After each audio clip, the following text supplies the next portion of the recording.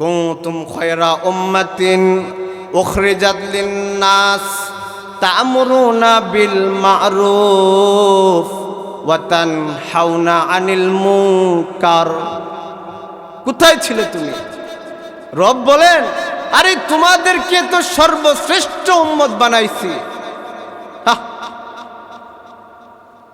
সর্বোৎকৃষ্ট তোমাদের স্তর, কোনো মানুষ, কোনো আসমান জমিনের ফেরেশতাদেরকেও তোমাদেরকে শ্রেষ্ঠ বানাইছি। কি করছো? স্থানকে কোথায় থেকে কোথায় নিয়ে যাচ্ছ? কিসের বড়াই রে ভাই? কিসের অহংকার? কুজা কারুন, কুজা ফিরআউন, কুজা নমরুদ সদহামা, কুজা আশৌকতে শাহ, কুজা তখতে সুলাইমা। হককে ঠিক মতো আদায় না কইরা, এ বান্দা বান্দি, তোমাদের উপরে এখন আসরের নামাজ ফরজ ছিল, আল্লাহর হক তোমার উপরে ফরজ হয়ে গিয়েছিল। এরে বান্দা বান্দি, তোমাকে তোমার রব কত উৎকৃষ্ট করে বানাইছে তুমি জানো? রব বারবার বলেন, তোমাদেরকে আমি সর্বশ্রেষ্ঠ বানাইছি। ওয়ালাকাদ খলাকনাল ইনসানা ফি আহসানি তাকওয়িম। আমি সুন্দরের মধ্য থেকে সমস্ত সুন্দরকে একত্রিত কইরা তোমাদেরকে বানাইছি কর্মের কারণে। সুম্মা রাদাদনাহু আসফালা সাফিলিন। আবার এই আয়াতের সাথে আরেক আয়াত নিয়ে আইছে, এরে তোদের উপরে এখন আসরের নামাজ ফরজ ছিল কিন্তু ফরজ নাই।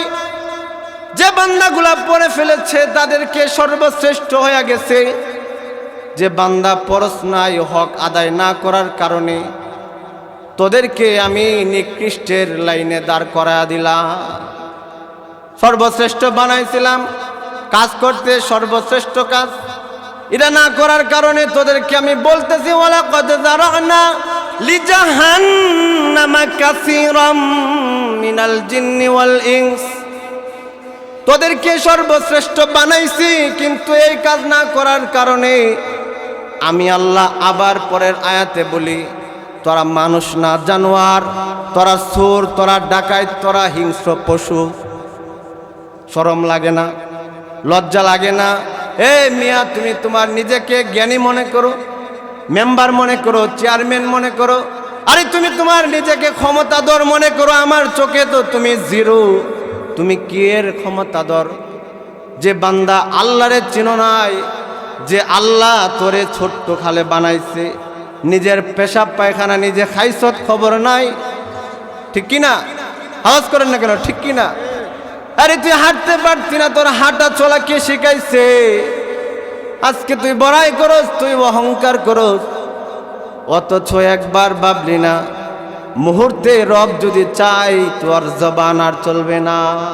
এই পৃথিবীতে কত কাজ হয়, কত দিন, কত ঘন্টায়, কত মানুষ কত কিছুর মধ্যে লিপ্ত থাকে, কিন্তু যে মানুষগুলো তাদের সময়গুলোকে আল্লাহর কাজে ব্যয় করে, দিনের কাজে ব্যয় করে, সেই মানুষগুলোই সফল কাম মানুষ।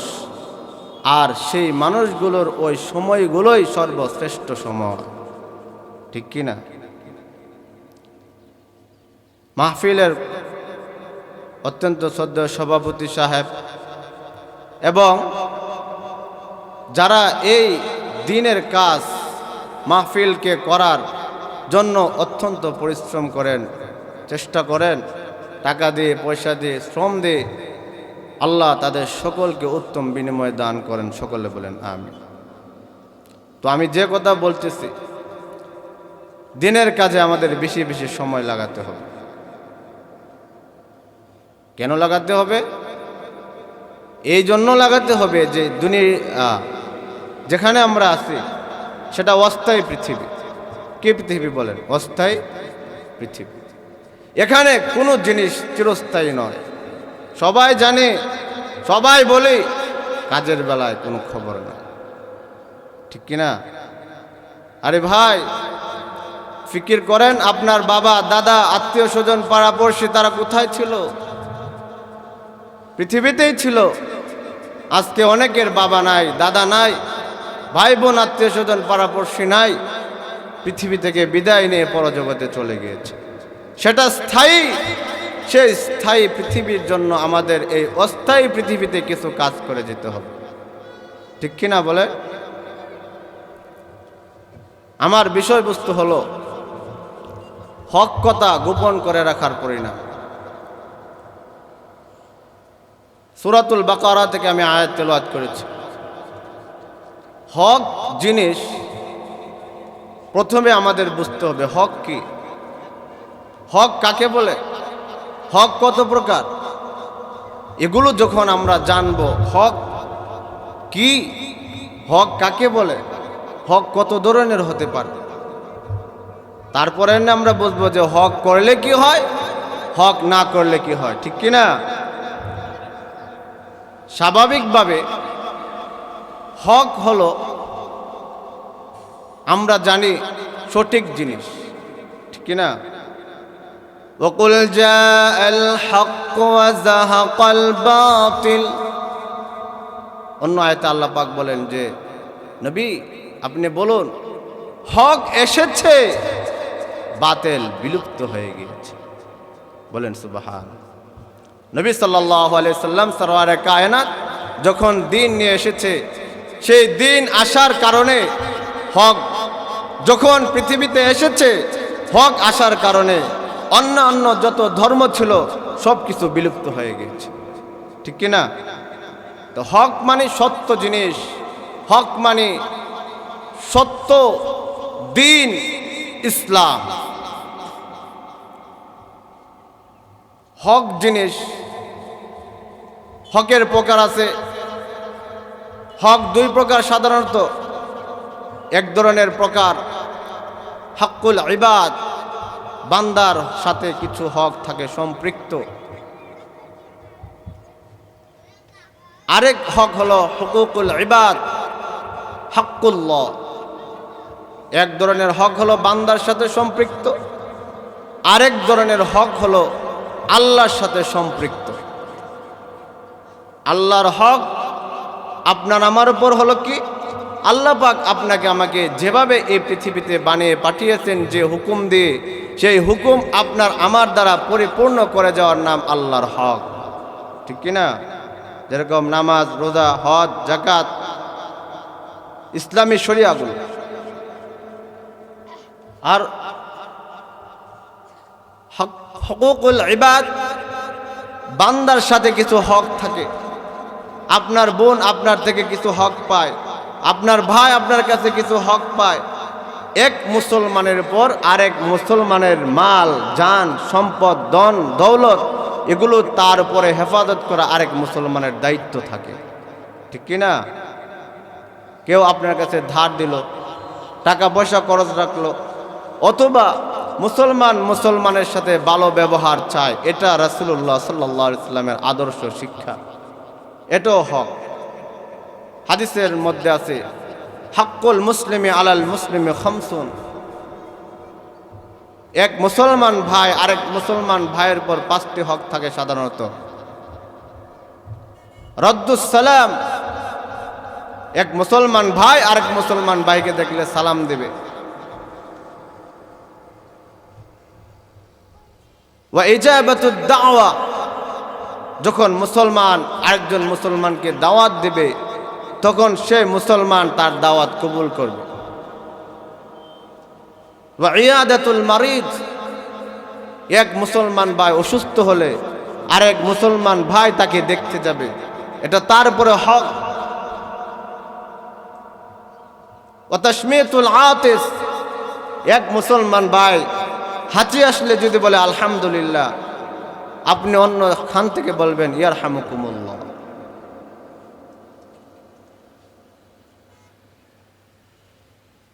জানাজার নামাজ 5ম হক হলো, যখন এক মুসলমান ভাই মারা যাবে আরেক মুসলমান ভাইয়ের উপর হক হলো তার জানাজায় শরীক হওয়া। 5টা হক। এরকম হুকুকুল ইবাদ অনেক প্রকার আছে। এই সমস্ত হক যারা প্রকৃতপক্ষে মুসলমান হবে তাদের উপরে দায়িত্ব হলো শরিয়া ভিত্তিক বান্দার হক, বান্দার উপর যেগুলো আছে পরিপূর্ণভাবে এক বান্দা আরেক বান্দার হকগুলো ঠিকঠাক মতো আদায় করবে, তাহলেই বান্দা বান্দার সাথে সম্পর্ক হবে, ঝগড়া ফাসাদ হিংসা বিদ্বেষ বিলুপ্ত হবে, মানুষ মানুষের মাঝে সম্পর্ক বাড়বে, দিন ইসলাম মজবুত হবে, উভয়ের মধ্যে আমলের তারাক্কি হবে, উভয়ে একসাথে আমল করতে করতে জান্নাতের পথে হাঁটতে থাকবে। বলেন সুবহানাল্লাহ। কিন্তু আজকে তো আমরা হকের উপরে নাই। হক এমন জিনিস, হকের বয়ান যদি আমি এখান থেকে দেই, হকের বয়ান যদি দেই, তাহলে সবাই আমার শত্রু হয়ে যাবে। ঠিক কিনা? আওয়াজ করে বলেন ঠিক কিনা? যদি হক বলতে চান, আপনি ইমাম সাহেবকে ধরতে হবে। হক যদি বলতে চান, বক্তা সাহেবকে ধরতে হবে। হক যদি বলতে চান, এলাকার সুৎখুরকে ধরতে হবে। হক যদি বলতে চান, ঘুষখোরকে ধরতে হবে। হক যদি বলতে চান, চোর ডাকাত তাদেরকে ধরতে হবে, তাদের বিষয়ে বলতে হবে। তো এই সমস্ত জিনিস আপনি যখন বলতে থাকবেন, তখন কেউ কি আর আপনার বন্ধু থাকবে? সুদখোর যদি আপনার বন্ধু থাকে, সে বলবে তুমি আর কোনো বিষয় পাইছো না, সুদের উপরে বয়ান দিচ্ছে। ঘুষখোর যদি আপনার বন্ধু থাকে, চোর ডাকাত যদি থাকে, আত্মীয় স্বজন যারা মানুষের হক মেরে খায়, তারা শুনলে আমার শত্রু হবে কি না? মাহফিল কমিটিকে যদি ধরি, তখন তারা আমার শত্রু হবে কি না? এই জন্য হক বিষয় বা এত কঠিন। রাসূলুল্লাহ সাল্লাল্লাহু আলাইহি সাল্লাম বলতেন, হাদিসে পাকের মধ্যে আছে যে হক এমন এক বিষয়, যে বিষয় পুঙ্খানুপুঙ্খানুভাবে কোনো মানুষ ঠিকঠাক মতো আদায় করতে পারবে না। এই জন্য হকের বিষয় আসলে সমস্ত সাহাবায়ে কেরাম, সকল আউলিয়া কেরাম চুপচাপ আল্লাহর কাছে সবসময় কান্নাকাটি রোনাজারি করত। না জানি আমার দ্বারা কত মানুষের হক নষ্ট হয়ে গেছে। বান্দার হক তো আল্লাহও মাফ করবে না।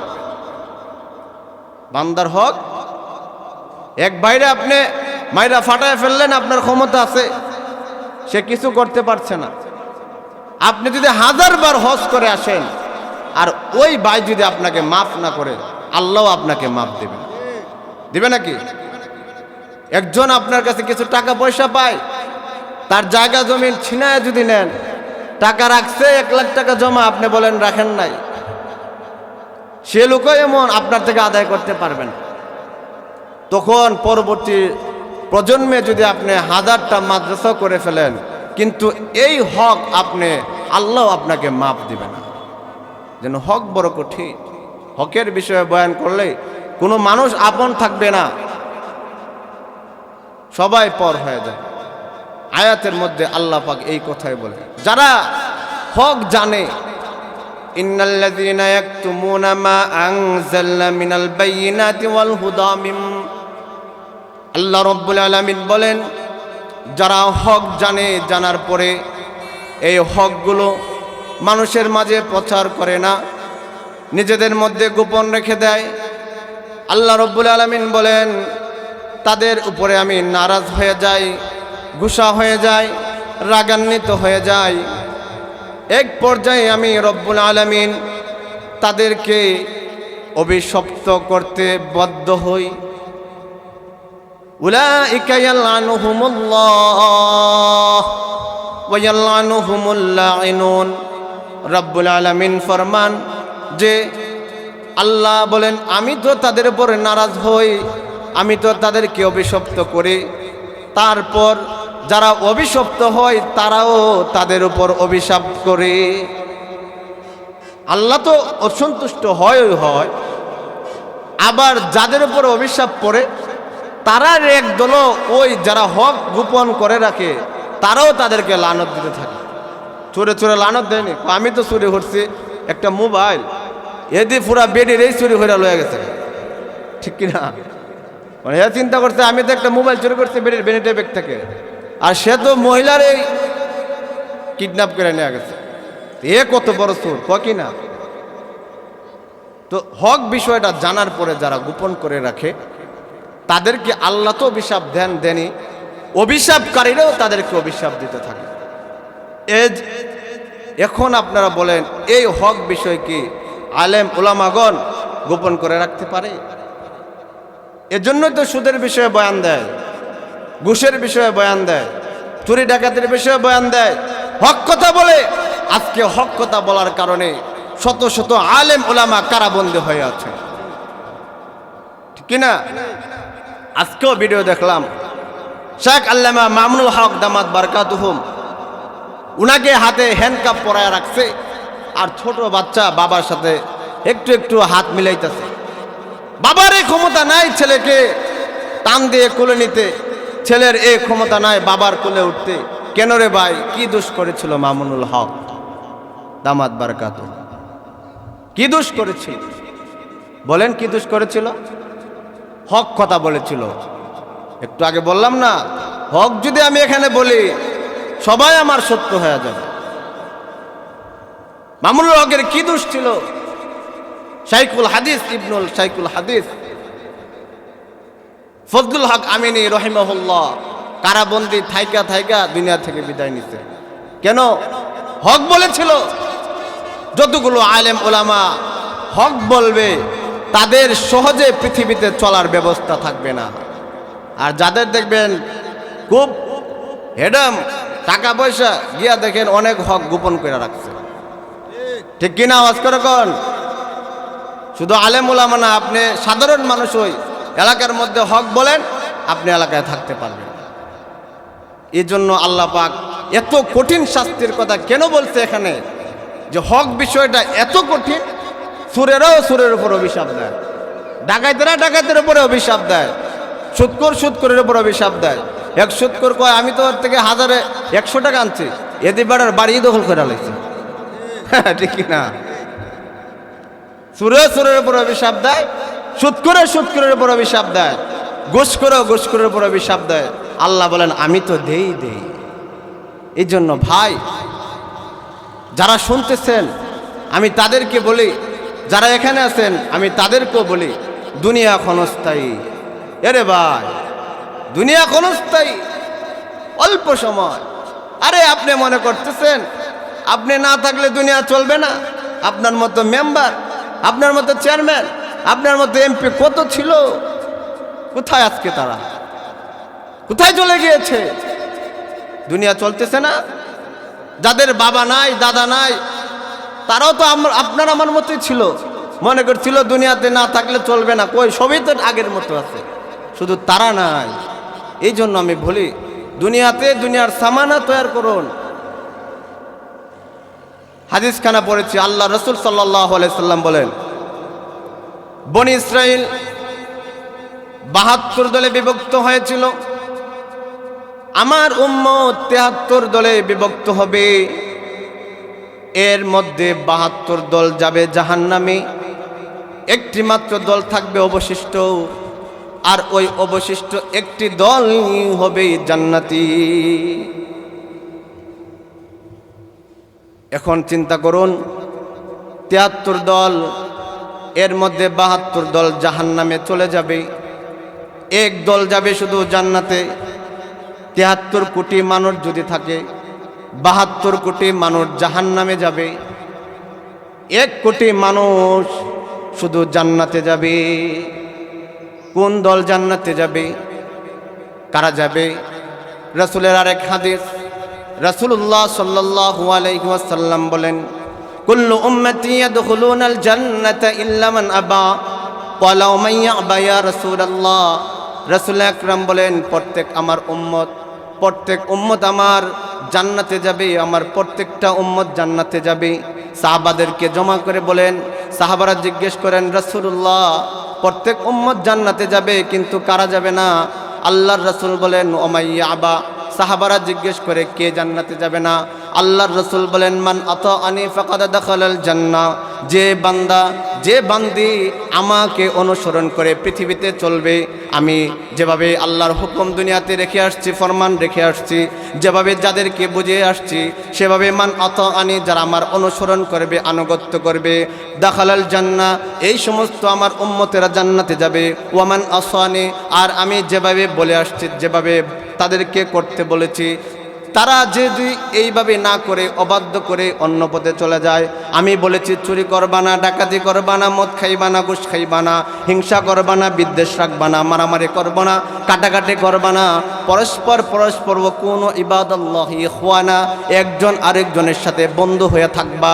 আল্লাহর রাসূল বলেন, যারা এভাবে থাকবে তারা জান্নাতে যাবে।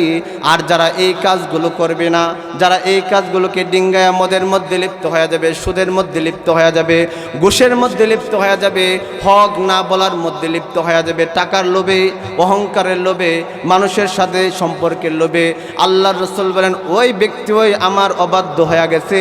ওয়ামান আসানি, ওই ব্যক্তি, ওই লোক, ওই বান্দা, ওই বান্দি আমাকে অবাধ্য করেছে, আমার বিধানকে তারা অবাধ্য করেছে, ওই বান্দা আমার উম্মত না, সে যাবে জাহান্নামে। তাহলে আপনি আমি এখন ভাবি আমরা কোন দলে আছি? ৭৩টা দলের মধ্যে আল্লাহ রসুলের ফরমান, একটা দল যাবে জান্নাতে, ৭২টা দল জাহান্নামে। একদল মানুষ আছে বলে হুজুরের ওই বলে ৭২ দল হইব, ঠিক কিনা? অনেক কেন আমি শুনছি, আমারই ঘরে ও হুজুরের হইতে ৭২ দল হইব। পরে আমি কই না, হুজুরেরা না, সমস্ত মানুষ মিলা ৭৩ দল হবে। হুজুরের দোষ তো সব বাইসা উঠে। সাদা কাপড়ে যদি দাগ লাগে স্পষ্ট দেখা যায় না, আর কালা কাপড়ে দাগ লাগবে কি? পুরাটাই তো কালা, কালা কালা সবই তো কালা। এই জন্য হাদিস থেকে কি বুঝলেন? ৭৩টা দল হবে উম্মতের মাঝে, ৭২টা দল জাহান্নামে, একটা দল জান্নাতে। এখন আপনি আমি কি জান্নাতি দলের মধ্যে ঢুকতে চাই নাকি জাহান্নামী দলের মধ্যে? বলেন কোন দলের মধ্যে ঢুকতে চাই? कमर जोखे मिसले कमाने हुई, कोई नाना हुआ कोई नानी हुई, उनके बालों पे गालिब सफ़ेदी हुई, कोई दादा हुआ कोई दादी हुई। কিসের এত অহংকার বড়ায়? অল্প কদিন পরেই তো দাড়ি ফাইকা জায়গা। যে লোকটা কি যুবক তোর দাদা ছিল, এ হয়ে যায় দাদা, এরা আর কেউ ভাই কয় না। এখন তো অনেক জায়গায় দাদা কইলে রাগ হয়ে যায়, আমার কি বয়স হয়েছে নি, আমার রোগে চুল ফাঁকছে, বেটা বয়স হয়েছে না। হ্যাঁ ঠিক কিনা? কোনো ম্যাডাম রে শাস্তি হইলে খুব রাগ হয়, আমার কেউ তো বয়স হয়েছে। আরে আমি তো তোমার বয়স, আপু বলো, ঠিক কিনা? এই জন্য কবি বলে কমর ঝুঁকে মিশলে কামানি হুই, কমর বেকা হয়া দনুক মারে দে, এটার মধ্যে হয়ে গেছে এরকম। আছে কি না মানুষ? কই দাদা হুয়া কই দাদি হুই, পুরুষগুলা হয়ে গেছে দাদা, মহিলাগুলা হয়ে গেছে দাদি। উনকে বালো পে গালিব সফেদি হুই, कोई नाना हुआ कोई नानी हुई। কি সুন্দর চুল ছিল, যে চুলের জন্য ছেলেরা ফিদা হয়ে যাইত। হ্যাঁ মেয়েটার চুল রে ভাই, ঠিক কিনা যুবক ভাইয়ারা? তো কবি বলে এই চুলটা একসময় সাদা বেরসের মতো হয়ে গেছে। তোমার নানির কত সুন্দর লম্বা চুল, কিন্তু কেউ দেখে না। এখন পুরুষটা হয়ে গেছে নানা, আর মহিলাটা হয়ে গেছে নানি। এখন আর আপা কয় না, ম্যাডামও কয় না, তারও স্যার কয় না, ভাই কয় না, ঠিক কি না? কিসের পিছনে এত লড়াই, কিসের পিছনে এত অহংকার? ওয়ালাকাদ যারানা লিজাহান্নামা কাসীরাম মিনাল জিন্নি ওয়াল ইনস লাহুম কুলুবুন লা ইয়াফকাহুনা বিহা ওয়ালাহুম আয়ুনুন লা ইউবসিরুনা বিহা ওয়ালাহুম আযানুন লা ইয়াসমাউনা বিহা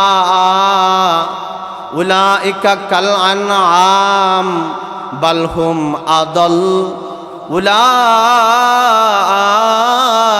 হুমুল গাফিলুন। এই যে হক বলতেছো না, এই যে তোমার উপরে হক নামাজ পড়া তুমি পড়তেছো না, জানো এগুলো না করার কারণে তোমার নাম, তোমার ঠিকানা কোথায় চলে গিয়েছে? কুনতুম খায়রা উম্মাতিন উখরিজাত লিন-নাস তা'মুরুনা বিল মা'রুফ ওয়া তানহাউনা আনিল মুনকার। কোথায় ছিলে তুমি? রব বলেন, আরে তোমাদেরকে তো সর্বশ্রেষ্ঠ উম্মত বানাইছি, সর্বোৎকৃষ্ট তোমাদের স্তর। কোন মানুষ, কোন আসমান জমিনের ফেরেশতাদেরকেও তোমাদেরকে শ্রেষ্ঠ বানাইছি। কি করছো? স্থানকে কোথায় থেকে কোথায় নিয়ে যাচ্ছ? কিসের বড়াই রে ভাই, কিসের অহংকার? কুজা কারুন, কুজা ফিরাউন, কুজা নমরুদ সদহামা, কুজা আশৌকতে শাহ, কুজা তখতে সুলাইমা। হককে ঠিক মতো আদায় না কইরা এ বান্দা বান্দি, তোমাদের উপরে এখন আসরের নামাজ ফরজ ছিল, আল্লাহর হক তোমার উপরে ফরজ হয়ে গিয়েছিল। এরে বান্দা বান্দি, তোমাকে তোমার রব কত উৎকৃষ্ট করে বানাইছে তুমি জানো? রব বারবার বলেন, তোমাদেরকে আমি সর্বশ্রেষ্ঠ বানাইছি। ওয়ালাকাদ খলাকনাল ইনসানা ফি আহসানি তাকওয়িম।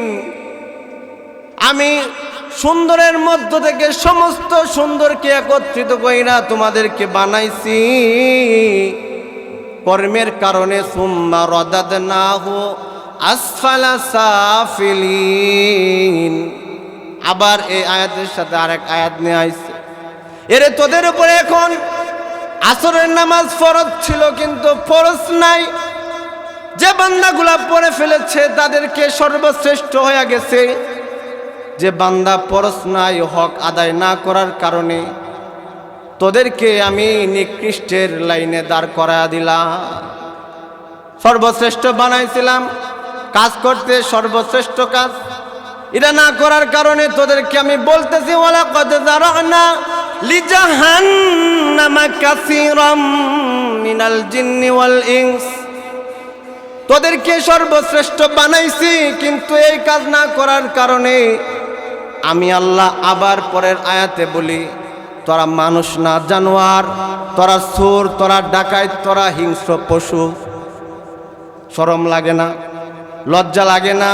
এ মিয়া, তুমি তোমার নিজেকে জ্ঞানী মনে করো, মেম্বার মনে করো, চেয়ারম্যান মনে করো, আরে তুমি তোমার নিজেকে ক্ষমতাধর মনে করো। আমার চোখে তো তুমি জিরো। তুমি কি এর ক্ষমতাধর? যে বান্দা আল্লাহরে চিনো নাই, যে আল্লাহ তোরে ছোট্ট খালে বানাইছে, নিজের পেশাব পায়খানা নিজে খাইছত খবর নাই, ঠিক কিনা? আওয়াজ করেন না কেন? ঠিক কিনা? আরে তুই হাঁটতে পারতি না, তোর হাঁটা চলা কে শিখাইছে? আজকে তুই বড়াই করস, তুই অহংকার করস, অথচ একবার ভাবলি না মুহূর্তে রব যদি চাই তোর জবান আর চলবে না? চলবে? হাত চলবে না, পাও চলবে না। আরে বান্দা, দেখতে দেখা যায় আমরা চলতেছি, আমরা কথা বলতেছি, আল্লাহর হুকুম প্রত্যেকটা জিনিসের সাথে সম্পৃক্ত। হুকুম যখন বন্ধ হয়ে যাবে, হাসপাতালে যান, কত মানুষের দম স্তব্ধ, মরা লাশ। কত বড় মেম্বার মরা লাশ, চেয়ারম্যান মরা লাশ। নাকি মেম্বার মরে না, চেয়ারম্যান মরে না, এমপি মরে না, মন্ত্রী মরে না, প্রধানমন্ত্রী মরে না। দেখতে দেখা যায়, কিন্তু সব কিছুর হুকুম আল্লাহর সাথে সম্পৃক্ত। হ্যাঁ, কত ভালো বানাইছে, আরামে ভালো লাগে না, সর্বশ্রেষ্ঠ বানাইছে। আবার এই আল্লাহ বলেন, তোদের কর্মের কারণে, তোদের পাপের কারণে তোদেরকে আমি কি বানাইছি? শুয়োর, কুত্তা, বিলাই, পশু। এখন আমাকে প্রশ্ন করেন, হুজুর কুত্তা বিলাই পশু কারা? কুত্তা বিলাই পশু তারা যারা আল্লাহর বিধান মানে না। এখন চোখ বুলায় দেখেন সমাজে কারা আছে যারা আল্লাহর বিধান মানে না, ঠিকঠাক মতো চলে না। ওদের টাকা পয়সা দেখলে আপনারা যারা এখানে বসা আছেন মন খারাপ হবে? মন খারাপ হবে? কুত্তার পয়সা থাকলে কি হবে? এই বিলার পয়সা থাকলে কি হবে? হিংস্র জানোয়ার শুয়োরের পয়সা থাকলে কি হবে? শুয়োরের গলায় স্বর্ণের চেন থাকলে কি হবে? রবের ফরমান, রব সুন্দর করে বলে ওয়ালাকাদ খালাকনাল ইনসানা ফি আহসানি তাকওয়িম, সুন্দর করে বানাইছি, তুমি সর্বশ্রেষ্ঠ সর্বশ্রেষ্ঠ। আবার রব বলে এই কামের মধ্যে যদি না থাকো তুমি সর্বনিকৃষ্ট সর্বনিকৃষ্ট, তুমি কুত্তা শুয়োর বিলাই। খালি এটা না, তুমি তো বিলাই শুয়োর হইবাই, বরং তোমারে পর জগতে কঙ্কার বানায়া কাঠ বানায়া তোমার শরীরে আগুন ধরে জাহান্নাম রে আমি উদ্বোধন দিব ইটের বাটার মতো। এই তোর দুইটা তিনটা ইটের বাটা থাকলে কি লাভ? লাভ আছে? তোরে তো মরার পরে তোরে কাঠ বানায়া কয়লা বানায়া ওই জাহান্নামের ইটের বাটা উদ্বোধন করবো। নাউযুবিল্লাহি মিন। কেমনে মুসলমান হইল? এই কিভাবে হইল মানুষ এভাবে মুসলমান? নামে মুসলমান বলে, কাম কোথায়? তো কো যাও সুন্নতে আহমদ কো যা।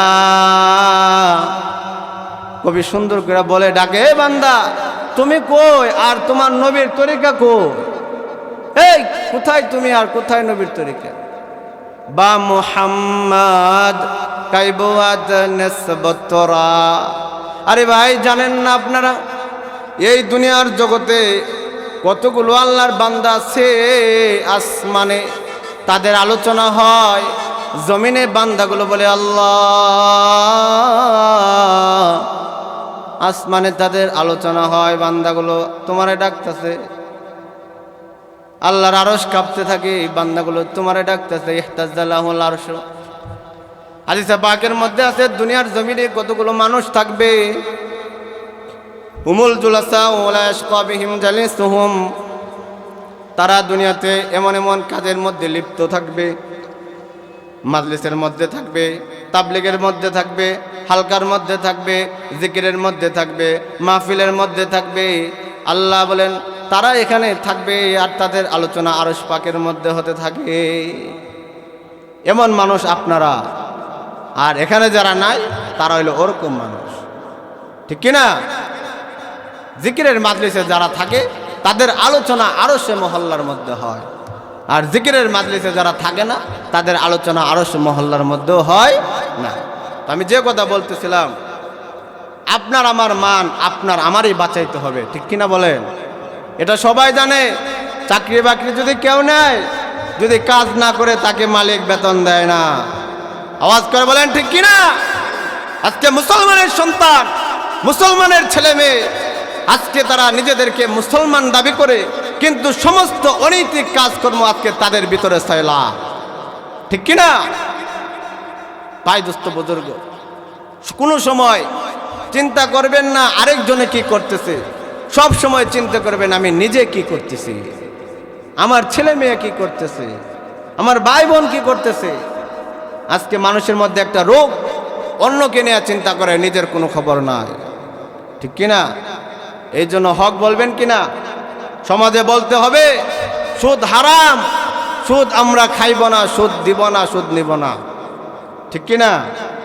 এখন একদল বলবে অনেক মানুষ দেখছি সুদ নেয়। আরে ভাই, তোমরা ব্যবসার মধ্যে লিপ্ত হয়ে যাও, সুদ ছেড়ে দাও, ঘুষ ছেড়ে দাও, চুরি ডাকাতে হিংসা বিদ্বেষ এগুলো ছেড়ে দাও, মানুষের মধ্যে ভ্রাতৃত্ব করো।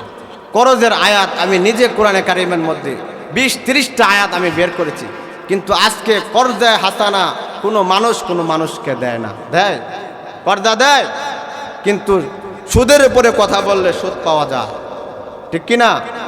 কিন্তু 20-30টা আয়াত আমি নিজে দেখেছি। ওমা ইউকরিদুল্লাহ করদান হাসানা ফায়ুদাইফু লাহু আজরান স্বয়ং আল্লাহ পাক বলেন যে কর্দা দেয় করজ দেয় সে যেন আমাকে দেয়। বলেন সুবহান। আজকে এই আমল আছে? এই জন্য আপনার আমার সবসময় এই জিনিস খেয়াল করতে হবে ভাই, নিজের জিন্দেগি নিজে গঠন করতে হবে। মুহূর্তের মধ্যে আপনার আমার হায়াত চলে যাবে।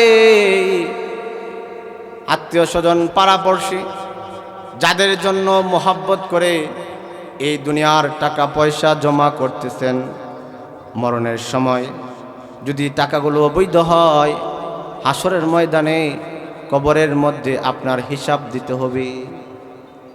এই জন্য দুনিয়ার মধ্যে থেকে আপনার আমার উচিত দুনিয়ার কাজ করা, হালালভাবে নিজের জীবনকে পরিচালনা করা, যতটুকু আপনার দ্বারা সম্ভব হয়। কারণ যারা দুনিয়ার মধ্যে থেকে নেক কাজের মধ্যে লিপ্ত থাকবে, হক কথা বলার মধ্যে লিপ্ত থাকবে, যে আয়াত পড়েছি ওয়াল আসরি ইন্নাল ইনসানা লাফি খুসর, এই আয়াতের আল্লাহ পাক সূরাতুল আসর সময়ের কসম করে বলে যে আমি আসরের কসম করে বলছি, ইন্নাল ইনসানা লাফি খুসর, দুনিয়ার সমস্ত মানুষ ক্ষতিগ্রস্ত হয়ে যাবে, কিন্তু একদল বাকি থাকবে। তারা হলো ইল্লাল্লাযীনা আমানু ওয়া আমিলুস সালিহাত, যারা আমি রবের উপরে ঈমান আনবে। এক নম্বরে ঈমান আনবে, দুই নম্বরে ওয়া আমিলুস সালিহাত, নেক কাজ করতে থাকবে। তিন নম্বরে ওয়াতাওয়াসাউ বিল হক, হক কথা বলতে থাকবে। একদল আছে না তাবলিগি ভাইরা, গিয়া দাওয়াত দেয়, ভাই আসেন, আমরা দুনিয়া ক্ষণস্থায়ী, এই দুনিয়াতে কি বেশি দিন থাকবো না, মসজিদে ইমান ইকিনের কথা হচ্ছে, আসেন বসেন শুনেন।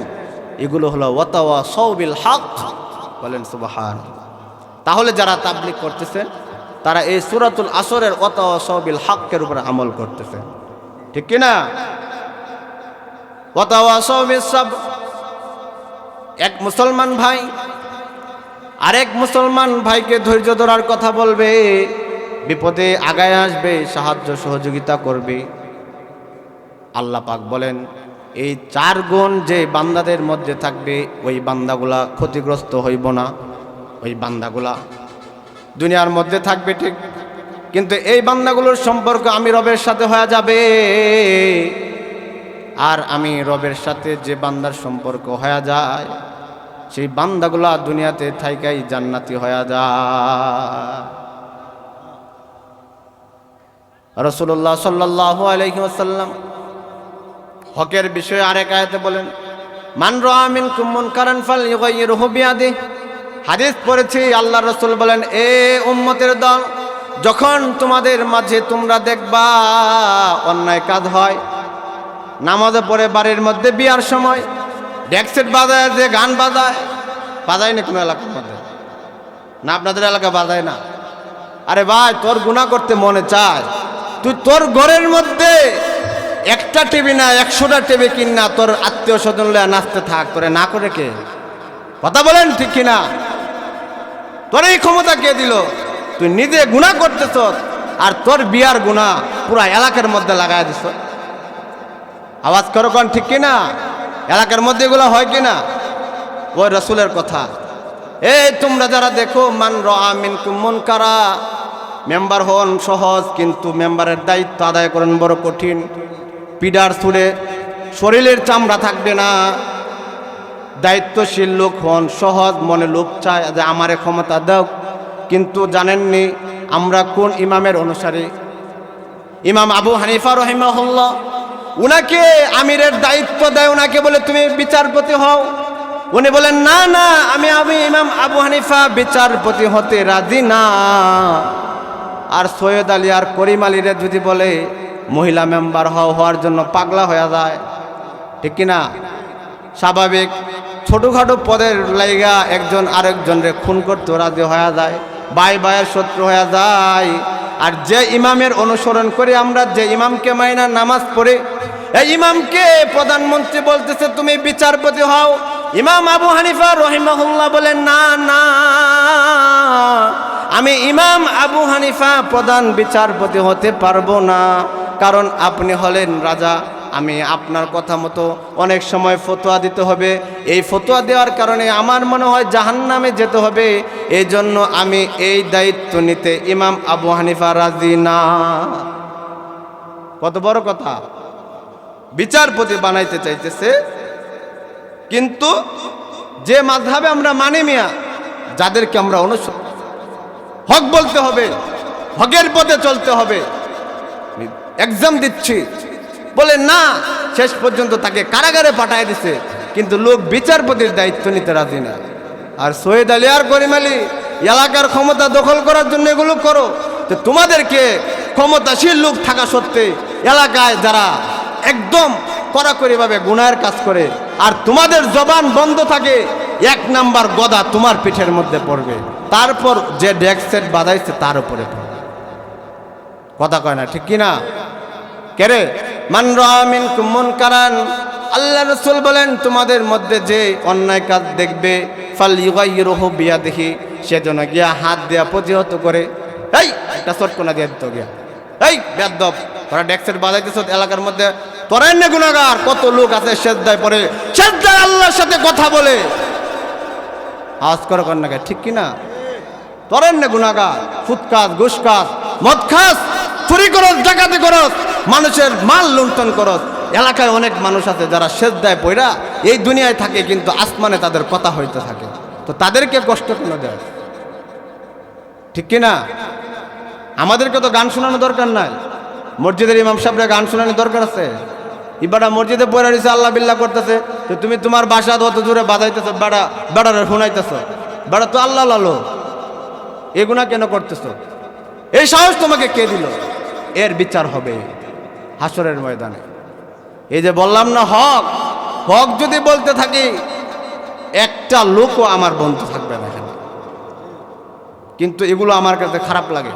মুসলমান দেশ, তাফসির কমিটি যে সমস্ত এলাকার মধ্যে তাফসির হয়, এই বেজুরার 40তম মনে হয় তাফসির, না 44তম শুনলাম, লিফলেট নাই সেই জন্য বলতে পারতেছি না। এরমন মহতি মাজলিসের মধ্যে যে সমস্ত এলাকায় আপনি জানেন না, বহির্বিশ্বে গেলে, বিভিন্ন সাইডে গেলে, এই বেজুরা গ্রামের নাম অনেক ভালো, শত শত হাফেজে কোরআন আলেম এই বেজুরা গ্রামে আছে, এই ঐতিহ্যের সাথে জড়িত।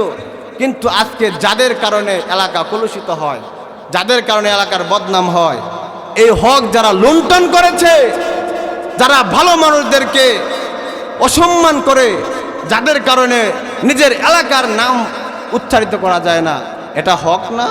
এই হকের বিচার দিতে হবে কি না? এই জন্য আমি রিকোয়েস্ট করব ভাই, যারা শুনতেছেন এবং যারা এখানে আছেন, এলাকায় আপনারা জোরে সুরে ডোল বাজনা তবলা এগুলো বাজাবেন না। আওয়াজ করে বলেন, ঠিক কিনা? এটা হকের বিষয়, আমাকে দিচ্ছেন হক, হকের বিষয় না, এই জন্য বলতেছি। আপনি আমার হক নষ্ট করেন কেন? আপনার গান শুনতে মনে চাইলে, আপনার কিছু টাকা পয়সা হয়েছে, কিন্তু এগুলো আমি হুজুরের নজরে, এগুলো যারা ভালো আল্লাহওয়ালা মানুষের নজরে এগুলা কিছুই না।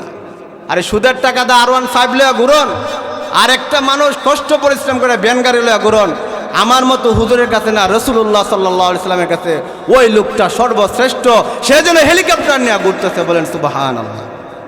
ঘুষের টাকা দিয়ে লয়া ঘুরন, এগুলো তো কিচ্ছুই না। এই জন্য গুনাহ ছাড়েন, গুনাহ করেন, হাদিসে পাকের মধ্যে আছে, চুপচাপ গুনাহ করো, আবার চুপচাপ তাওবা করে ফেলো যদি হয়ে যায়। এগুলোকে প্রকাশ্যে আইনো না। ওয়াজারু যাহিরাল ইসমি ওয়া বাতিনা, রাসূলুল্লাহ সাল্লাল্লাহু আলাইহি সাল্লাম স্বয়ং আল্লাহর কথা, যে প্রকাশ্য গুনাহ ছেড়ে দাও, অপ্রকাশ্য গুনাহ ছেড়ে দাও। তোমার ভাইকে গুনার মধ্যে লিপ্ত করায়ও না। তুমি নিজে যদি হয়ে যায়, আস্তে আস্তে তওবা করে ফেলো। আচ্ছা আপনি বলেন, আমি যে কথাগুলো বলতেছি গুরুত্বপূর্ণ কিনা, হকের কথা কিনা? এই জন্য মানুষের হক নষ্ট করবেন না, মানুষের হক নষ্ট করবেন না। মানুষের হক আল্লাহ মাফ দেয় না। আল্লাহ নিজে বলেছেন, মানুষের হক আমি মাফ দেব না। এই জন্য এলাকার মধ্যে যারা, আমি বারবার বলতেছি, আমার এলাকাকে আমি বলতেছি, আমি চাই এলাকার মধ্যে কেউ ঢোল বাজনা এগুলো না বাজান। বিবাহ শাদী বরকতময় জিনিস। আপনি বিয়ার ব্যাপারে কি জানেন, কি বুঝেন? বিয়া একটা সর্বোত্তম ইবাদত। হাদিসে পাকের মধ্যে আছে, স্বয়ং আল্লাহ পাক কোরআনে বলেন সময় কম, বিষয়বস্তু বোঝানোর জন্য সময় লাগে। ওয়ানকিহুল আয়ামা মিনকুম ওয়াস-সালিহিনা মিন ইবাদিকুম। বিবাহ শাদী এত বড় একটা ইবাদত, স্বয়ং আল্লাহ রব্বুল আলামিন বলেন, ও দুনিয়ার বান্দা বান্দি, তোমাদের মধ্যে যারা ফকির মিসকিন, তোমাদের মধ্যে যারা অসহায়, আল্লাহ পাক আল্লাহর হুকুম কোরআনের মধ্যে বলেন তোমরা তাদেরকে বিয়া করায়া দাও। আর কইবেন গরিবরে বিয়া করায় দিতে, ইয়াকুনু ফুকারা। আল্লাহ পাক প্রশ্নের উত্তর দেয়, এ বান্দা বান্দি, যদি তারা ফকির হয়, দরিদ্র হয়, গরিব হয়, ইগনিহুমুল্লাহু মিন ফাদলিহি, আল্লাহর দরবারে কোনো কিছুর অভাব নাই। আল্লাহ পাক নিজ কুদরতে তাদেরকে টাকা পয়সা দেয়া ধনী বানায়া দিবে। কেন বিয়া করতে বলে? বিবাহ ইবাদত, এগুলো বন্দেগী। আর এটাকে এখন বানায় দিচ্ছে সবচেয়ে নিকৃষ্টতম জিনিস, যেগুলো ইহুদি খ্রিস্টান কালচার যাদের কাছে ছিল, আজকে মুসলমানরা এই বিয়াকে পুরা ইহুদি কালচার বানায় দিচ্ছে। ঠিক কিনা? জিনা, বেবিচার, খারাপ কাজ সব বিয়ার মধ্যে। শেষে কি হয়? দেখা যায় এই সমস্ত লোকের বিয়া তো ঠিকই না, এগুলা হয় বড় সুদখোর, ঘুষখোর, মদখোর, হারামখোর, চোর, ডাকাত, বদমাশ। ঠিক কিনা? হালালভাবে বিয়া শাদী হইলেন না, ছেলে মেয়ে ভালো হইতো। এই জন্য তাফসির থেকে শিখতে হবে। তাফসির শুধু শোডাউন দিলে আর আমল না করলে কোনো লাভ হবে না। একদিনের বয়ানে একটা মানুষের জীবন পরিবর্তন হয়ে যায়। অনেক কাহিনী আছে। ইব্রাহিম বিন আদম রহমতুল্লাহ আলাইহ মেয়ের স্বপ্ন দেখা দুনিয়াতে সর্বশ্রেষ্ঠ ওলি হয়ে গেছে। মালিক বিন দিনার মদখোর ছিল। আমি তো তোমাদেরকে খারাপ বলি না, মদ খাইছো তওবা করো। মালিক বিন দিনার মদখোর ছিল, মদখোর। এই মালিক বিন দিনারের ঘটনা আজকে শত শত জায়গায় মানুষ বলতে থাকে। বলেন সুবহানাল্লাহ। জিকির মুরাদাবাদী মদখোর ছিল, সুদখোর ছিল, ঘুষখোর ছিল, আল্লাহ ওয়ালা হয়ে দুনিয়া থেকে বিদায় নিছে। তো তোমার মধ্যে সুদের কলঙ্ক আছে, সুদ ছাইড়া দাও। তোমার মধ্যে ঘুষের কলঙ্ক আছে, ঘুষ ছাইড়া দাও। তোমার মধ্যে বিবাহ শাদীতে গান বাজনা বাজানোর কলঙ্ক আছে, এটা তো কলঙ্কই। হয়তো তোমার ডরে কেউ কিছু বলতেছে না। ওই যে রাসূল বলেন, মান রাআ মিনকুম মুনকারান ফালইগাইয়িরহু বিয়াদিহি। ক্ষমতা যদি থাকে, গিয়া দাও লইয়া বা লাঠি লইয়া বাইরে সুদা হইরা লাগারা। কিন্তু আমরা তো করি না। এলাকায় ভালো মানুষ অনেক থাকে, করেন। এই যে হককে আপনারা নষ্ট করতেছেন। আর এই হক যদি নষ্ট করেন তো আপনারা ভালো হইলেও আল্লাহ আপনাদেরকে অভিশাপ দেয়া দেয়। এই জন্য তো আমরা শান্তিতে নাই। ভালো মানুষ অশান্তিতে, খারাপ মানুষ অশান্তিতে। আওয়াজ করে কোন ঠিক কিনা? বলে এদেরকে বাইরে সুদা করো, তারপরে আবার বলে বাইরে সুদা করলে তাদের সাথে পারবানে, এটা তো বড় গোষ্ঠীর লোক। তো আল্লাহ রাসূল হাদিসে বলে, ফাইল্লাম ইয়াস্তাতি ফাবিলিসানিহি, যদি বড় গোষ্ঠীর লোক হয়ে যায়, কাফেরের মতো গোষ্ঠীর দল হয়ে যায়, তো আল্লাহ রাসূল বলেন তারপরও সমর্থন করা যাইব না। তোমার যদি ক্ষমতা থাকে হাত দ্বারা প্রতিহত না করতে, তাহলে তুমি মুখ দ্বারা বলো, ধরো তোরা যে কাজটা করতেছ যে ঠিক করতেছ না, অন্যায় করছ। তোদের কারণে কত মানুষের নামাজ রোজা নষ্ট হচ্ছে, এলাকায় ফিতনা ফাসাদ সৃষ্টি হচ্ছে, এগুলো মুখ দ্বারা বল। এখন বলে হুজুর মুখ দ্বারা কইলে মুখ কেটে লাগব। অনেক গোষ্ঠী থাকে এমন করা করি, থাকে কি না? কারণ আমি আবার বেদাল লাগাই দেওয়া গেলে আপনারা হাদিস আমার কত উন্নতি, সবাই লাঠি বেঁধলে দেনগা বিয়ার দিন মারামারি বিপদ নেই। এই জন্য রাসূল পরে আবার বলেন, ফাইল্লাম ইয়াস্তাতিয়া, যদি মুখ দ্বারা বলতে সাহস না পাও, তারপরেও এগুলো গান বাজনা করতে পারবে না, হক নষ্ট করতে পারবে না, তো কি করবা? বলে ফাবি কলবিহি, তাদেরকে না বুঝাইয়া অন্তরে অন্তরে এই কাজটারে ঘৃণা করবা। খারাপ কাজের সমর্থন মুসলমান করবে না। করবে? বলেন করবে নাকি? খারাপ কাজের সমর্থন করবে না। রাসূল বলেন যে তখন মুখ দ্বারা যদি বলতে না পারো, এগুলো কাফেরের বাচ্চা হয়ে গেছে, নামে মুসলমান কাফের হয়ে গেছে, তোমারা মারতে পারে বা বকাবকি করতে পারে। তো আল্লাহ রাসূল বলেন তারপরও তুমি আবার মনে মনে নাচছ না, বলে বদলি লাগতেছে গান, না না, ফাবি কলবিহি, অন্তরে অন্তরে এই কাজটারে ঘৃণা করো। আর আল্লাহর কাছে আস্তাগফিরুল্লাহ বলো যে মালিক, তারা যে কাজ করতেছে, আমি আব্দুর রহমান, আমি অমুক এই কাজের সাথে জড়িত না। আমার যদি ক্ষমতা থাকতো আমি তাদেরকে বানায় ফেলতাম, তাদেরকে সুদা করে ফেলতাম, কিন্তু আজকে আমি একা তাদের সাথে পারবো না, এজন্য মুখেও তাদেরকে আমি কিছু বলতেছি না, কিন্তু অন্তর দ্বারা আমি এই কাজগুলোকে খুব ঘৃণা করতেছি। ও মালিক, ও আমার আল্লাহ,